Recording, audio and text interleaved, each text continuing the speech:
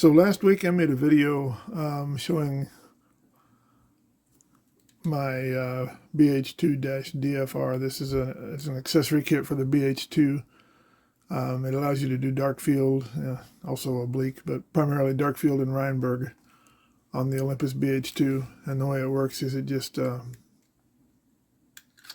pushes up into the bottom of the condenser, and that puts a patch stop in place very close to the actual iris diaphragm. Maybe you can see that, I'm not sure. And that gives pretty decent dark field.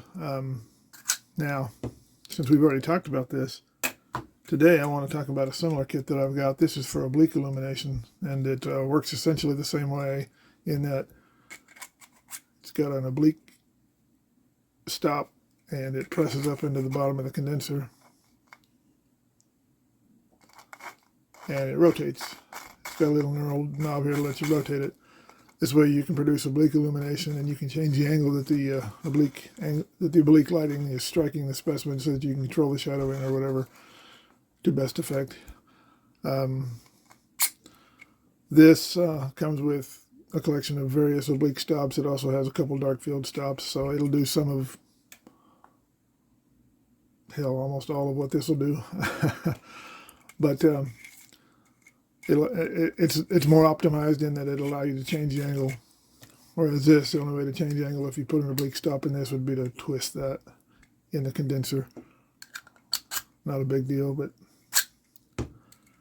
so that's this. Now I'll talk about how to install it, how to assemble it, and maybe show an example of what it can do. Show an actual photo.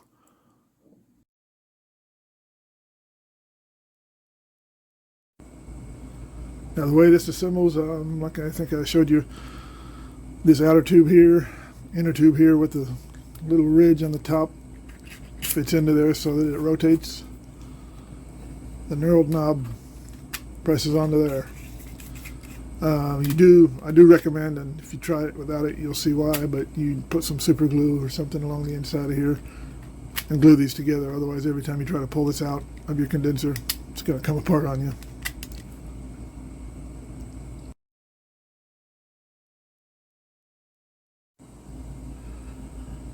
Okay, let's actually build one of these things. They've been printed, and now I'm just going to glue the parts together. I'll let you see how I do that.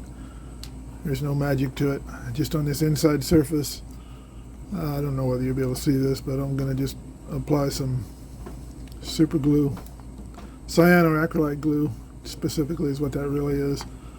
Usually sold as super glue. This is no-name stuff, but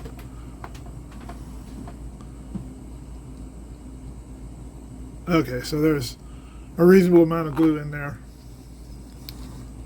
Now, in order to make this bond faster, I've got some Instaset for cyanoacrylate, and if I put that on the mating surface, it will cure much faster. So, ridge is here, goes in like that, and this area here is the mating surface, so I'm going to cover it with bonding agent.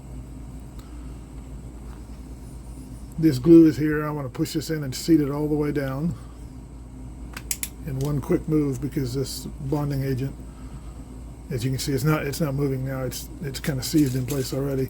Without that bonding agent, you'd have plenty of time. Now, at this point, the thing is basically done. Don't put it in your condenser yet, because this has got there's fumes coming off from this, and that'll smell for hours. Also, cyanoacrylate puts out vapors that will deposit on glass and stuff, and you do not want that on your condenser. So after you build this thing, let it set at least 24 hours, maybe even longer, just to make sure that, make sure there's no smell to it, and to give it as much time as it needs to outgas and to fully cure. But that's how you build it.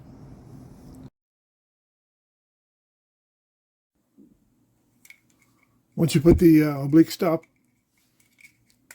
once you press that into the open end of this like that, installation is simply slide it beneath your condenser, push it up into the bottom bore, and you're good to go.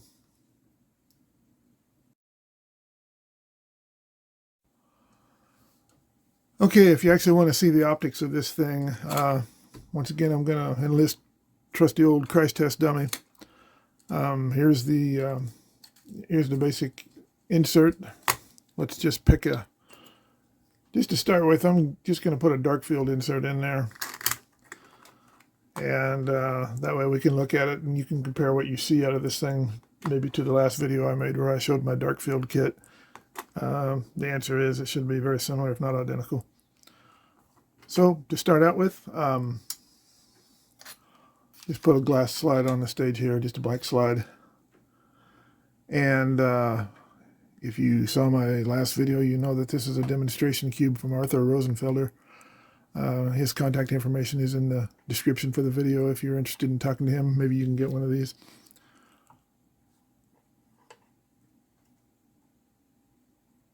So let's go a little bit higher so you can see the top of this cube.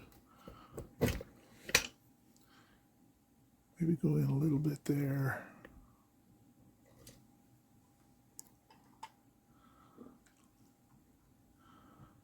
So that's normal. That's a normal condenser. That's the normal cone that you'll get out of a condenser. And I'm burying the aperture diaphragm on the condenser, and you see that the angle of the cone is changing. Now, if I take this dark field insert,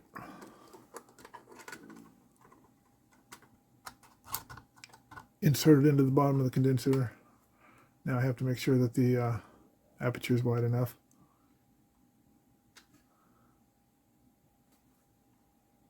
And now you can see we have the hollow cone for dark field. Not much more to show. That's dark field. Now if we take this out, let's put in an actual oblique insert. This is oblique because the aperture for illumination is off center, is off axis. So by definition it's oblique. And now you see that as I rotate this knurled knob, I'm able to change the angle of the oblique illumination. So the shadowing that will show up in the specimen can be easily changed using this. Maybe we'll try another insert type or something while we're set up. This is just a crescent, so this will give you kind of an oblique, almost. It doesn't come much into the center, so this will give almost an oblique dark field effect.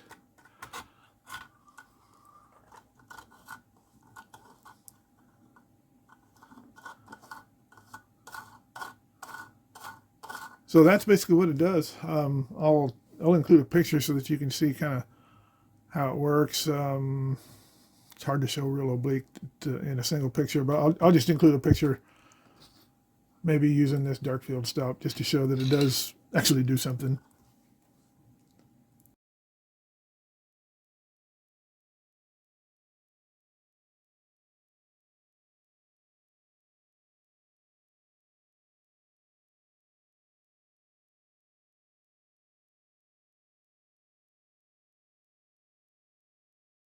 It's been brought to my attention that some of the STL files, some of the 3D modeling files in the zip file that I have published to allow you to build this, some of those somehow were not right. So investigating that, I took those same files that I have listed and I printed them out, and they were very fragile, and I found that they were, I don't know exactly what happened, whether it was an early version or a corrupt version or what, but they're not the right ones. So I have updated that zip file. If you have used this kit in the past or tried to and failed because it was crap, I apologize for that. I was not aware of that. That should be fixed now. If you download the zip files, you should be able to print these out and they should work well for you.